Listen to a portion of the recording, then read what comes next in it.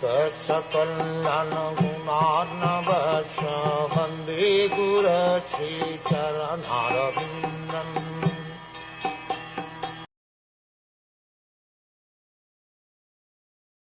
The Siddhas prayed.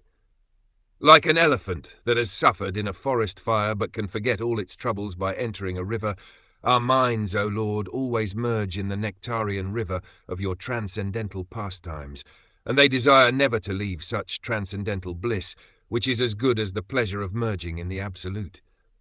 This statement is from the Siddhas, the inhabitants of Siddhloka, where the 8 kinds of material perfection are complete.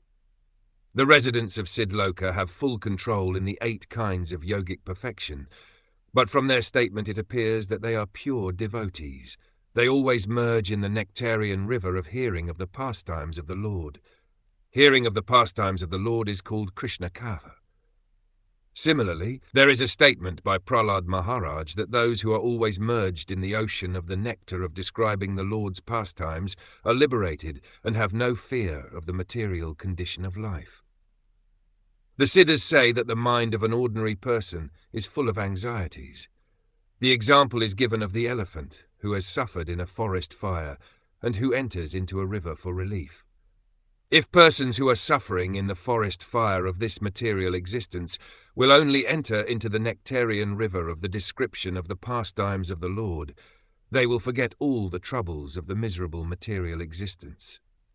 The Siddhas do not care for fruitive activities, such as performing sacrifices and achieving the good results. They simply merge in the transcendental discussions of the pastimes of the Lord. That makes them completely happy, without care for pious or impious activities. For those who are always in Krishna consciousness, there is no need to perform any kind of pious or impious sacrifices or activities.